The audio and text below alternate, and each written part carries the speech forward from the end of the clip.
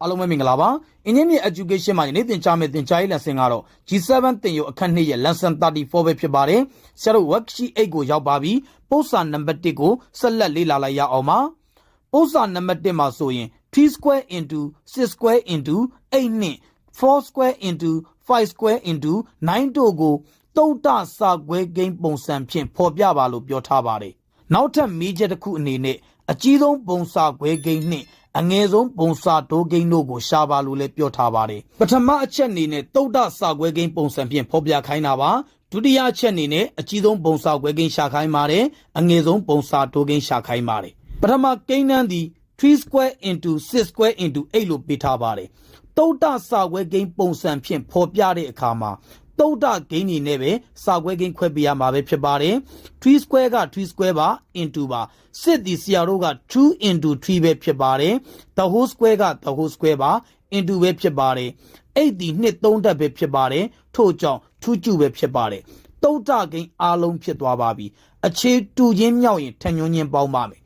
2ကျူပါဒီထဲမှာ2 square ပဲဖြစ်ပါတယ်ထညွှန်းချင်းပေါင်းလို့ရရှိလာသောတန်ဖိုးသည်2 power 5ပဲဖြစ်ပါတယ်လက္ခဏာက into ပါ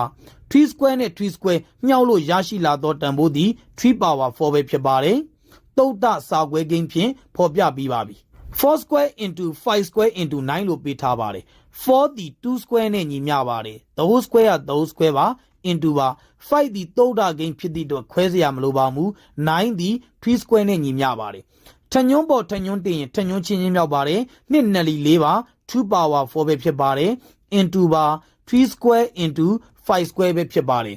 ပေးထားသောကိန်းနှန်းကိုတုတ်တစာခွဲကိန်းပုံစံဖြင့်ဖော်ပြပြီးပါပြီပထမချက်အနေနဲ့အကြီးဆုံးပုံစာခွဲကိန်းရှာပါမယ်အကြီးဆုံးပုံစာခွဲကိန်းရှာသောနည်းလမ်းသည်တူတာကိုရှာအငယ်ဆုံးကိုယူပဲဖြစ်ပါတယ်တူတာသည်ဆရာတို့2တူပါတယ်အငယ်ဆုံးကိုယူမှာဖြစ်သည့်အတွက်2 power 4ပဲဖြစ်ပါတယ် into ပါနောက်ထပ်တူတာသည်ဆရာတို့3တူပါတယ်အငယ်ဆုံးကိုယူမှာဖြစ်သည့်အတွက်3 square ကိုယူပေးရမှာပဲဖြစ်ပါတယ်နောက်ထပ်တူတာရှိလာကြည့်တဲ့အခါမှာတူတာမရှိတော့ပါဘူးထို့ကြောင့်2 power 4နဲ့3 square ကိုပြောင်းလိုက်မယ်ဆိုရင်ဆရာတို့လိုချင်သောအကြီးဆုံးပုံစာခွဲကိန်းကိုရရှိမှာပဲဖြစ်ပါတယ်2 4တဲ့ဒီ16မှာ3 square ဒီ9ပဲဖြစ်ပါတယ်69မြောက်ပေးပါမယ်16ကိုလီ144ပဲဖြစ်ပါတယ်ရရှိလာသောအကြီးဆုံးပုံစာခွဲကိန်းကိုပြောပါဆိုရင်144ပဲဖြစ်ပါတယ်အငယ်ဆုံးပုံစာတိုးကိန်းရှာပါမယ်အငယ်ဆုံးပုံစာတိုးကိန်းရှာသောနည်းလမ်းသည်တူတာကိုရှာအကြီးဆုံးကိုယူကျန်တာကုန်ယူပဲဖြစ်ပါတယ်တူတာသည်2တူပါတယ်